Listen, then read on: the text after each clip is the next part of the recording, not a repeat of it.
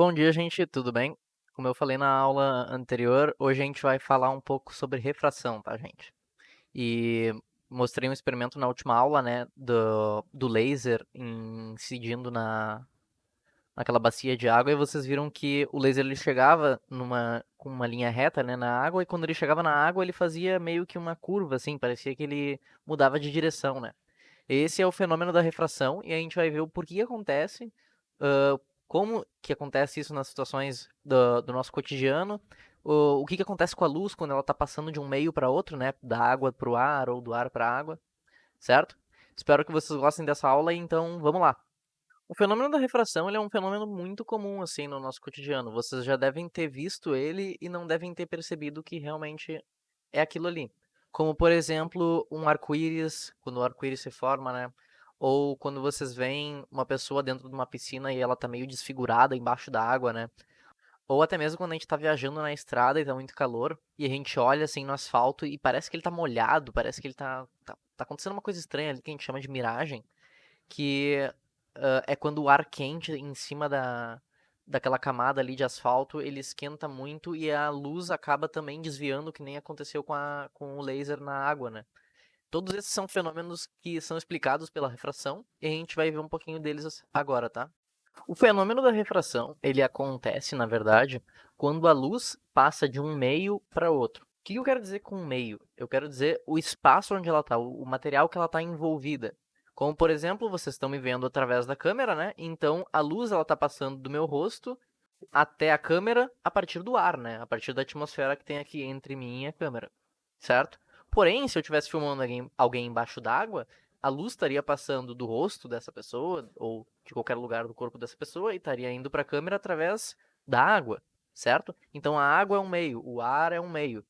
E a refração, o fenômeno, ele vai acontecer quando a luz passa bem naquela barreira, naquela fronteira entre um meio e outro, certo? Então, se a luz está passando de água para o ar, ela vai ser refratada bem ali naquela fronteira, certo? Que a gente chama de dióptero, mas a gente vai falar mais como fronteira ou como superfície de contato, tá? Tá, mas e por que que a luz acaba mudando de direção quando ela passa de um meio para outro? Como vocês viram lá no vídeo que eu postei na aula passada, quando a luz saía do ar e entrava dentro da água, ela ia numa direção diferente. Ela meio que fazia uma curva, certo? Isso acontece porque a luz, ela tem uma certa velocidade, né? Como a gente sabe que é uma velocidade constante no vácuo ou no ar, né? Que é a velocidade da luz, que é 3 vezes 10 na 8 metros por segundo, ou 300 milhões de metros por segundo. Porém, quando ela vai para outros meios, ela tem velocidades diferentes, certo? Assim como o som, ele tem uma certa velocidade no ar, ou uma certa velocidade num pedaço de ferro, certo? Em materiais sólidos, a luz também. Quando a luz consegue atravessar um material, ele é um material translúcido ou transparente, dentro daquele material, a luz vai diminuir a sua velocidade ou aumentar a sua velocidade, dependendo de qual material ela está passando, certo? Então, quando a luz entra na água, ela não tem mais essa velocidade de 300 milhões de metros por segundo. A velocidade dela vai ser um pouco menor. E por ela ser menor, ela vai acabar mudando de direção, tá? A gente consegue quantificar isso, e a gente vai ver mais adiante a lei de Snell, que consegue nos dizer isso melhor. Porém, a gente consegue demonstrar isso pelo índice de refração dos materiais. Cada material tem o seu índice de refração. O que que é isso? Índice de refração, ele nada mais nada menos é um demonstrativo do quanto a luz diminui ou quanto a luz aumenta naquele material, com relação à velocidade da luz no vácuo, tá? Então a gente sabe que no vácuo a luz tem uma velocidade de 300 milhões de metros por segundo e essa é a velocidade máxima que ela atinge, certo? Então, para qualquer outro material, sem ser o vácuo, né? Qualquer outro material translúcido ou transparente que a luz passar, ela vai ter uma velocidade menor do que aquilo ali. Aquele ali é o teto, elas conseguem chegar no máximo aquela velocidade ali. Para qualquer outro material, ela sempre vai menos, certo? E o número desse índice de refração vai nos dizer com qual é a razão que a velocidade da luz tá viajando dentro daquele material com relação à velocidade dela no vácuo, tá? Então a gente consegue expressar ele como um índice de refração sendo igual à velocidade da luz, que a gente expressa como c, porque ela é uma constante, né?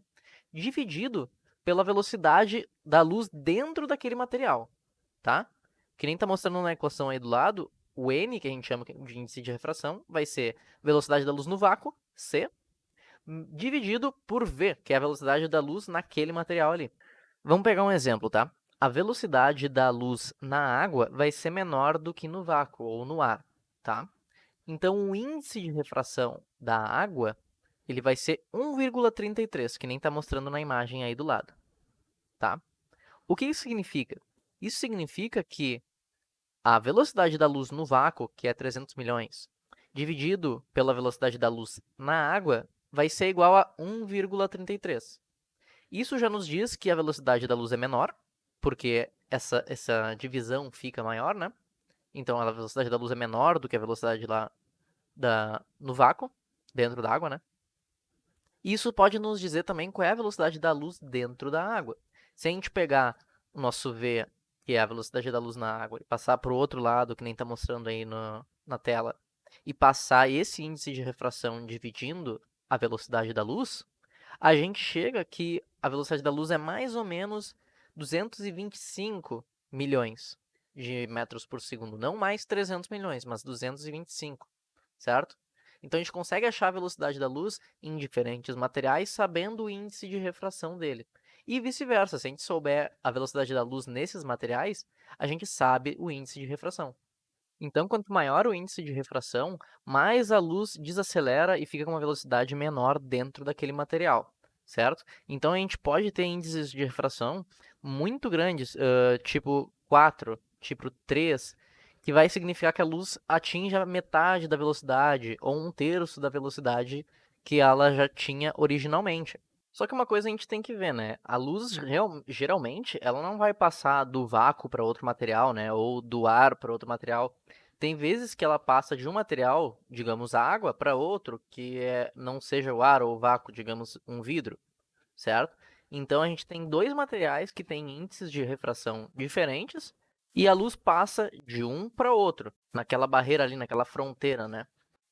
Como é que a gente vê como, se a velocidade da luz vai aumentar ou vai diminuir nessa passagem de um material distinto para outro, né? A gente tem que ver, na verdade, o índice de refração relativo entre esses materiais, certo? Então a gente pega o índice de refração de um material e do outro e vê qual é a relação entre esses dois. Para fazer isso, a gente vai dizer que a luz ela vai estar num material 1 e vai passar para o material 2, tá? E o material 1 tem o índice de refração N1 e o material 2 o índice de refração N2, certo? Para a gente saber qual é o índice de refração relativo entre esses dois materiais, a gente divide o índice de refração de onde ela está indo, do material 2, né? Para onde ela está vindo, o material 1. Então, a gente pega e divide N2 por N1, o índice de refração 2 pelo índice de refração 1. Esse vai ser o índice de refração relativo entre os materiais, tá? Para a gente saber se a velocidade da luz vai aumentar ou vai diminuir nessa passagem de um material para o outro, a gente olha para a própria definição do índice de refração. A gente sabe que o índice de refração é a velocidade da luz no vácuo, né, c, dividido pela velocidade da luz naquele material ali, certo? Então, se a gente substitui esse c dividido por v em cada índice de refração, do N2 e do N1, a gente chega numa equação que nos diz que o índice de refração relativo ele vai ser igual à velocidade do meio em que a luz está incidindo dividido pela velocidade da luz no meio que ela chegou, que ela está passando. Ou seja, V1 sobre V2. Mas e por que acontece esse fenômeno da refração? Por que ele se dá dessa forma, dessa curvatura do raio de luz dentro do material? Quando eu pego o laser e eu incido ele diretamente por cima, num ângulo reto ali com a reta normal, né? Num meio, digamos, na água, que nem vocês estão vendo aí na imagem, vocês veem que a luz ela não vai para um lado ou vai para o outro, ela continua reta dentro da água, certo? Ela só muda de direção quando eu coloco um certo ângulo o raio incidente. Aí sim, o raio que vai penetrar dentro da água vai ter uma diferença ali na direção onde ele está se propagando, certo? Então a gente pode pensar nesse fenômeno da refração como se a luz fosse, digamos, uma partícula, certo? A gente sabe que a luz, ela é uma perturbação, ela é uma onda, né, no campo eletromagnético, certo? E a gente sabe que os materiais, eles têm átomos, eles são compostos de átomos e esses átomos têm partículas que são eletricamente carregadas, o elétron e o próton, né? Essas partículas eletricamente carregadas, elas exercem forças no campo eletromagnético também, certo? Então, quando a luz passa perto dessas partículas, ela acaba sofrendo uma interação com essas partículas dentro desse campo eletromagnético, certo?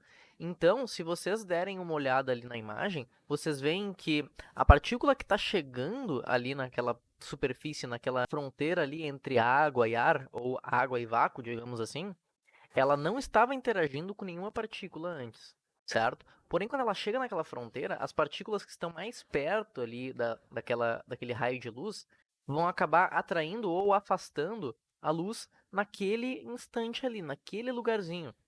Então, por ela estar mais perto daquela parte ali, ela acaba sendo desviada mais para aquela parte ali, é como se estivesse atraindo. Ou se o índice de refração for menor do que a luz está no meio, ela vai acabar afastando a luz, certo? A gente pode pensar também nesse fenômeno como sendo, como tratando a luz como uma frente de onda ao invés de uma partícula. Se a luz é uma frente de onda, significa que ela está se aproximando com um certo ângulo daquela superfície ali, daquela fronteira entre um material e outro. De acordo com que ela vai se aproximando, uma parte da frente de onda vai penetrar no material e vai ter uma velocidade menor do que ela estava tendo ali no ar ou no vácuo. Por ela ter uma velocidade menor, a minha parte que ainda está no ar vai ter uma velocidade maior e vai acabar percorrendo uma distância maior num certo tempo. Então eu vou ter uma mudança de angulação daquela frente de onda com o passar do tempo, até que toda a frente de onda tenha passado pela fronteira entre a água e o outro material, o ar, ou outro meio, né? Então, essa mudança de direção, olhando para uma perspectiva de frente de onda, ela é causada pelas diferentes velocidades em cada ponto na minha frente, na minha frente de onda. Bom, mas se a velocidade da luz muda, e a gente sabe que a velocidade da luz ela é igual ao comprimento de onda vezes a frequência da luz, né, que nem a gente viu lá no início do trimestre. Se a velocidade muda, significa que ou o comprimento de onda ou a frequência também tem que mudar, certo? Para a gente continuar tendo essa igualdade. Então, eu vou lembrar vocês que a frequência ela é nada mais nada menos que a cor de uma luz visível, certo? E se eu coloco meu laser que é verde na água e ele sofre essa refração, ou seja, ele sofre essa mudança de velocidade, ele não muda de cor. Então a sua frequência permanece a mesma, certo? Então a gente diz que na verdade, quando a gente muda a velocidade, a gente muda o comprimento de onda dessa luz também ou de qualquer onda eletromagnética. Então, se eu estou mudando a minha velocidade dessa onda eletromagnética, eu também estou mudando o meu comprimento de onda. Se eu aumento um, eu tenho que aumentar o outro. Se eu diminuo um, eu tenho que diminuir o outro. Para conseguir ter essa igualdade. Então, quando eu tenho a luz passando de um meio para outro, eu tenho uma mudança de velocidade. Então, eu tenho uma velocidade 1 e depois uma velocidade 2. E eu também tenho um comprimento de onda 1 e um comprimento de onda 2. Porque ele vai mudar, né? Então, eu tenho que a razão entre essas velocidades vai ser igual à razão entre esses comprimentos de ondas. Ou seja, se eu dividir V2 por V1, eu tenho que essa divisão vai ser igual, em número, né, ao comprimento de onda 2 dividido pelo comprimento de onda 1. E como é que a gente consegue quantificar o quanto que esse raio vai mudar de direção? A gente viu como é que ele vai mudar de velocidade, né? Mas qual é a relação disso com a mudança de direção dele, tá? Então vamos colocar essa imagem aqui para a gente ter uma certa base para começar a falar das coisas, tá? Eu vou tratar o meu raio incidente, ou seja, o raio que está vindo de um meio e está tentando passar para o outro, né? Como sendo o raio AB, porque ele está indo do ponto A até o ponto B, né? E o ponto B é ali aquela parte onde tem bem a fronteira entre os dois materiais, tá? Lembrando também que a gente tem uma reta n, que é a reta normal, ou seja, é uma reta perpendicular a essa mudança de meio, certo? E a gente tem que o raio refratado, ele vai ser o raio BC, ou seja, vai do ponto onde ele encostou ali naquela fronteira até o ponto C, que é dentro do meio 2, tá? Também a gente vai chamar o ângulo 1 como sendo o ângulo entre o raio AB, o raio incidente, né, e a minha reta normal. E a gente vai chamar de ângulo 2 o ângulo do raio refratado, ou seja, o raio BC, com a reta normal também, tá? A primeira coisa que a gente tem que definir é a primeira lei da refração, tá, gente? Que diz que o raio incidente e o raio refratado, eles estão no mesmo plano, certo? E a reta normal também está nesse plano, tá? Então, o que que isso significa? Isso significa que quando a luz ela atinge um certo ponto, o desvio dela vai ser só para cima ou para baixo naquele ângulo, naquele plano ali, certo? Ele não vai ir para o lado ou para o outro. Ele vai continuar indo no mesmo plano do raio incidente e da reta normal. E a segunda relação que eu queria falar para vocês é a segunda lei da refração, que a gente chama mais comumente de lei de Snell, tá? O que que essa relação nos diz? Ela nos diz que aqueles ângulos ali que a luz faz com a reta normal, se eu pegar o seno desses ângulos e dividir, ou seja, o seno do ângulo 1 dividido pelo seno do ângulo 2, ele vai ser sempre uma constante. E essa constante vai depender dos meios que a luz está passando, tá incidindo, né? Essa constante, na verdade, ela vai ser o índice de refração relativo dos materiais. Ou seja, o índice de refração 2 dividido pelo índice de refração 1, ou seja, N2 sobre N1. Então a gente consegue ter uma relação entre o índice de refração, que é a mudança da velocidade, né, nesses materiais, com o ângulo que esse material vai fazer com a reta normal agora. Que esse material vai fazer não, que a luz vai fazer quando está passando de um material para o outro, ou de um meio para o outro, tá? A partir dessa relação da lei de Snell, a gente consegue chegar a duas conclusões, tá? Como é que eu sei se o material está se aproximando da minha reta normal ou ele está se afastando da reta normal? Para saber disso, é só eu olhar para os índices de refração. Se o índice de refração que o material está indo for maior do que o índice de refração do material que a luz está, esse material vai se aproximar da reta normal. Então, ele vai fazer um ângulo mais para baixo, certo? E se o índice de refração do material que a luz está chegando ali, né, no material 2, for menor, significa que a luz vai se aproximar mais da superfície do material e vai se afastar da reta normal. E também a gente consegue chegar numa relação meio óbvia, né? Se a gente vê que os ângulos entre a reta normal e o raio incidente e o raio refletido forem zero, ou seja, se a luz estiver incidindo bem em cima da minha reta normal, eu não vou ter desvio nenhum, certo? Esse desvio vai ser zero. Então, por hoje era isso, gente. Espero que vocês tenham gostado dessa aula sobre refração, tá?